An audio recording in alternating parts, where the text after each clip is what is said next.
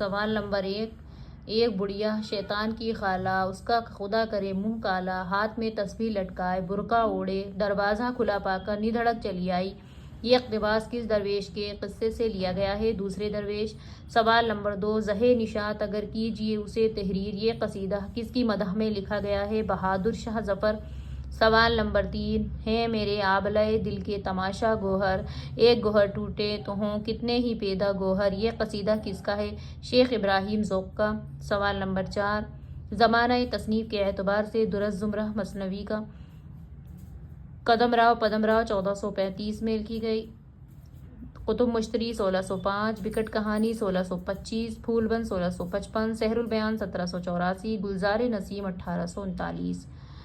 سوال نمبر 5۔ سن اشاعت کے اعتبار سے مثنویوں کا درست زمرہ: سحر البیان 1805، گلزار نسیم 1844، پھول بند 1937، قطب مشتری 1939، بکٹ کہانی 1965، قدم راؤ پدم راؤ 1973۔